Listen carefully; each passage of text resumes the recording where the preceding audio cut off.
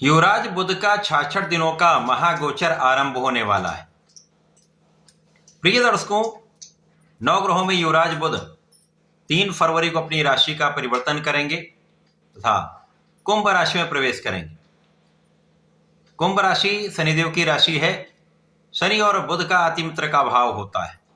इस प्रकार से यह अत्यंत सकारात्मक परिवर्तन होगा और यहां पर बुध 66 दिन गोचर करने वाले एक लंबे अवधि के पश्चात, कई वर्षों के पश्चात ऐसा समय आया है जब कुंभ राशि में बुध का 66 दिनों का गोचर रहेगा, जहां पर ये वक्री होंगे, मार्गी होंगे तथा 10 अप्रैल को अपनी राशि का परिवर्तन करके मीन राशि में प्रवेश कर जाएं। इस बीच में बुध का कई ग्रहों के साथ युति प्रभाव होगा, दृष्टि संबंध बनेगा, जिसके कारण कुछ विशिष्ट लाभ भी प्राप्त होंगे। परंतु राहु के साथ इनका पूर्ण रूप से गोचर 66 दिन तक चलने वाला है, जिसके कारण जड़ दोष भी बनेगा और इन समस्त प्रक्रियाओं का संबंध समस्त राशि के जातकों से होने वाला है, प्रभाव पड़ने वाला है। कुछ विशेष लाभ मिलेंगे परंतु कुछ समस्या भी हो सकती है। जय श्री गणेश। नमस्कार, मैं आचार्य संजय द्विवेदी। मेरे समस्त प्रबुद्ध दर्शकों का मेरे चैनल पे हार्दिक स्वागत है। प्रिय दर्शकों, आज मैं मीन राशि के लिए युवराज बुध के इस राशि परिवर्तन का, 66 दिनों के गोचर का, बनने वाले योग का तथा जड़ दोष का किस प्रकार का प्रभाव प्राप्त होगा, इस समय में आपको लाभ मिल सकते हैं अथवा कहीं पर समस्या आ सकती है तो उसका क्या निराकरण है, संपूर्ण विश्लेषण मैं पूर्ण तरीके के साथ करने जा रहा हूं। प्रिय दर्शकों, इस राशि फल को आप अपने लग्न तथा राशि दोनों के अनुसार देख सकते हैं। मीन राशि के लिए यदि हम अवलोकन करें तो बुध 2 केंद्र के स्वामी, आपके सप्तम तथा कार्य क्षेत्र के स्वामी होकर इनका गोचर आपके द्वादश भाव में आरंभ होगा। प्रिय दर्शकों, द्वादश भाव त्रिक भाव है, ये निर्बलता का भाव है, ये डेप्रिसिएशन का भाव है, ये एक्सपेंसेस व्यय का भाव है, जिसके कारण जो भी ग्रह यहां पर जाएगा उस ग्रह का प्रभाव यहां पर निर्बल होगा। सूर्य और चंद्रमा को कोई त्रिक दोष नहीं लगता। अब बुध यहां पर जो अत्यंत प्रभावी ग्रह 2 केंद्र के स्वामी हैं, अपना संपूर्ण प्रभाव अति शीघ्र प्रदान करते हैं और इस जगत के समस्त कार्य क्षेत्रों में अपना संपूर्ण प्रभाव रखते हैं। बुध के बिना कोई कार्य क्षेत्र संभव ही नहीं है। बुद्धि के कारक बुध हैं, वाणी के कारक बुध हैं, व्यापार के कारक बुध हैं, कला क्षेत्र के कारक बुध हैं। अब बुध जब 12वें भाव में जाएंगे तो निश्चित रूप से यहां पर इनकी स्थिति में निर्बलता आएगी, इनके कारक भाव में निर्बलता आएगी और राहु के साथ जड़ दोष निश्चित रूप से मीन राशि के जातकों को प्रभावित भी करेगा, कहीं कुछ समस्या भी हो सकती। यहां पर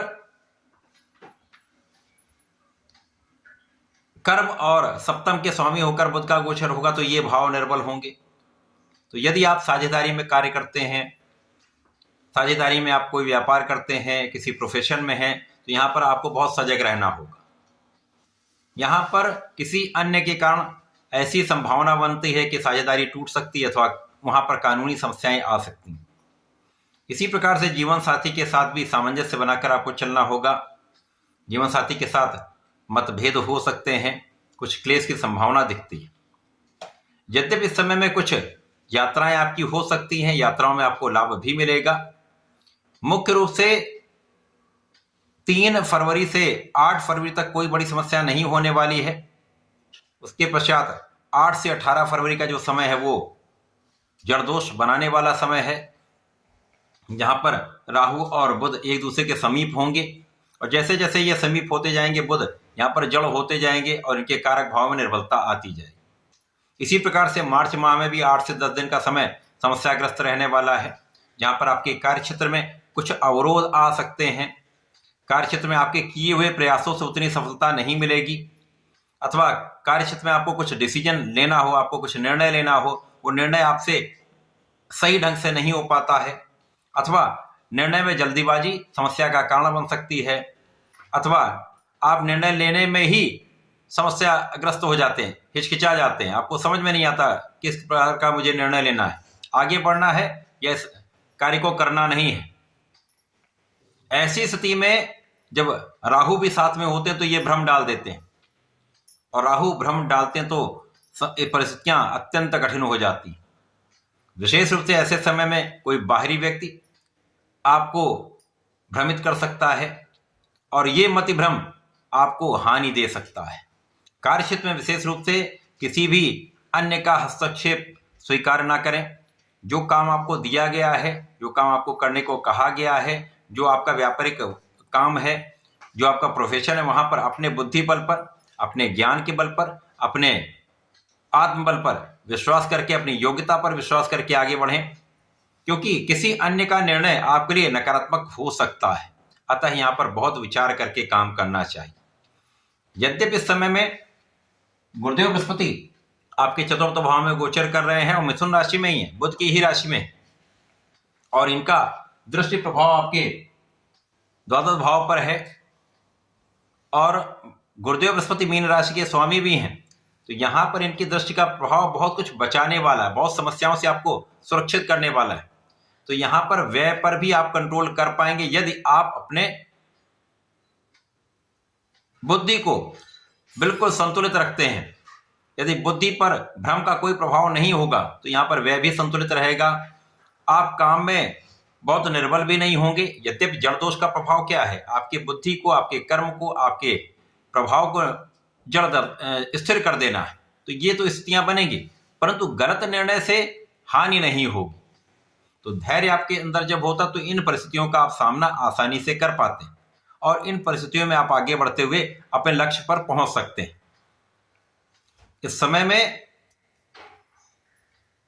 कार्य क्षेत्र में, आपकी नौकरी में, यदि सरकारी नौकरी में है तो यहां पर कोई कानूनी समस्या हो सकती है। अतः अपने कर्म को बहुत निष्ठा के साथ करें। किसी भी ऐसे काम में ना फंसे जहां पर आपके ऊपर आक्षेप लग सकता हो, एलिगेशन लग सकता हो। यदि किसी भी आप कार्य क्षेत्र में हैं, वहां पर निश्चित रूप से कहीं ना कहीं कोई कानूनी समस्या का योग बन रहा है। अतः अपने कर्म क्षेत्र में बहुत साफ सुथरे रहें, निष्ठा के साथ अपने काम को करें। किसी भी गलत काम से धन अर्जित करने का प्रयास ना करें, या शॉर्ट टर्म गेम जो होता है उससे बचें। वैसे भी जो जल्दी धन लाभ के साधन हैं उनसे इस माह में, इन 66 दिनों में विशेष रूप से आपको बचना चाहिए, क्योंकि ये हानि करा सकते हैं। इस बीच में आपके साथ सूर्य का, शुक्र का और मंगल का भी योग बनेगा, जिसके कारण बीच में कुछ समस्याएं दूर होंगी।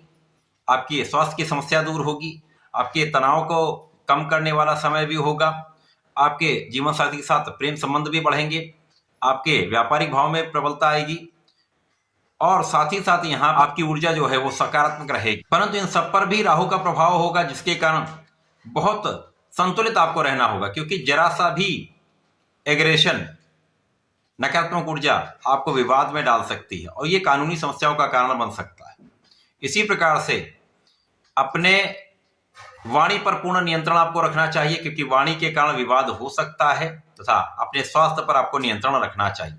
स्वास्थ्य का ध्यान रखेंगे तो बहुत सारी समस्याओं से बचेंगे, कष्टों से बचेंगे। इस पूरे समय में आपको नियमित रूप से भगवान गणपति की आराधना करनी चाहिए। ओम गंग गणपतये नमः का नित्य जप करें तथा भगवान श्री हरि की उपासना करें। ओम नमो भगवते वासुदेवाय का नित्य कम से कम 108 बार जप करते हैं और विष्णु सहस्रनाम का पठन करते तो विशेष लाभ आपको प्राप्त हो। ऐसा करके इसका लाभ लें। धन्यवाद, नमस्कार।